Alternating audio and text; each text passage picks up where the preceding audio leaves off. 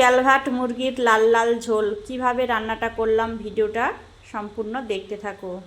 নমস্কার বন্ধুরা, আমি লিপি মণ্ডল সুন্দরবন থেকে। তো আজকেরও চলে আসলাম একটা রান্নার রেসিপি নিয়ে। তো আজকের আমি রান্না করব ক্যালভার্ট মুরগির মাংস। তো ভিডিওটা দেখতে থাকো। তো এই যে মাংস ভালো করে আমি পরিষ্কার করে ধুয়ে নিয়েছি। এদিকে আলু কাটা হয়ে আছে, এদিকে পেঁয়াজ কুচি, আদা রসুন বাটা, কাঁচা লঙ্কা। আজকে টমেটোটা নেই বাড়িতে, তো আমি একসাথে সব মাখিয়ে নেব।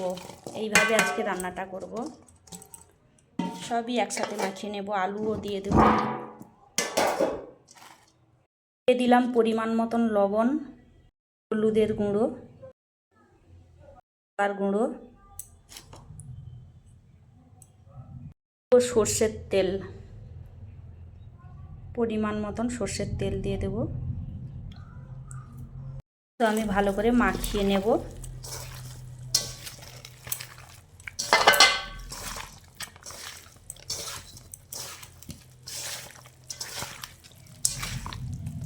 এইভাবে অনেকে রান্না করে দেখি, তো আজকের আমি চেষ্টা করব।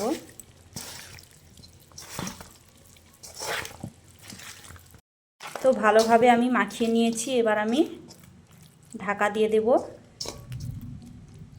15-20 মিনিটের জন্য। তো আমি কড়াই বসিয়ে দিয়েছি, একটু সর্ষের তেল দিয়ে দিয়েছি। রঙের জন্য দিয়ে দিলাম চিনি। লাল হয়ে গেছে, দিলাম শুকনো লঙ্কা, তেজপাতা, দিলাম দারচিনি, এলাচ, লবঙ্গ আর গোলমরিচ। ম্যারিনেট করা মাংসটা দিয়ে দিচ্ছি।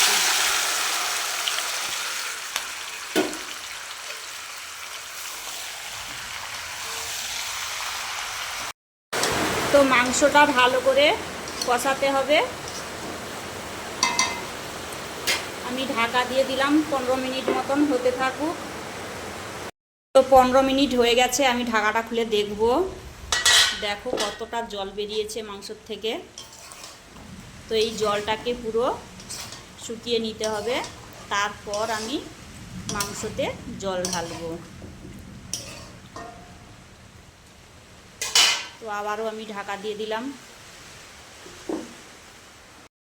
ঢাকনাটা খুলে দেখব।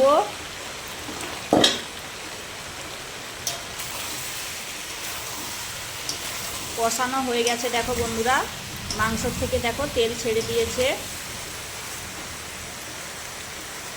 এদিকে আমার আলুও সেদ্ধ হয়ে গেছে। তো এবার আমি গরম জল দিয়ে দেবো। একটু গরম জল বসিয়ে রেখেছিলাম, গরম জলটা দিয়ে দেব।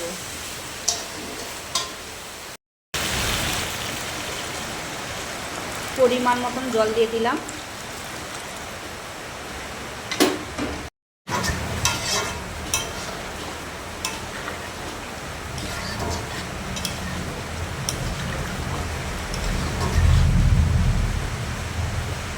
তো এই মাংসটাকে ভালো করে ফোটাতে হবে। মাংসটা প্রচুর শক্ত হয়, ভালো করে ফুটিয়ে নেব।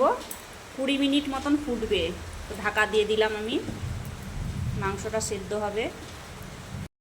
তো ঢাকনাটা খুলবো। দেখো ঝোলটা কতটা কমে এসেছে। এদিকে মাংসও আমার সেদ্ধ হয়ে গেছে। তো এবার আমি গ্যাসটা অফ করে দেব। তো একটু আমি গরম মশলার গুঁড়ো দিয়ে দিয়েছি, ক্লিপটা নেওয়া হয়নি। তো আমার রান্নার রেসিপিটা কেমন হয়েছে ক্যালভার্ট মুরগির মাংস অবশ্যই কমেন্টে সবাই জানিও। ওকে টাটা, সবাইকে আবার দেখা হবে নেক্সট কোনো রেসিপি নিয়ে।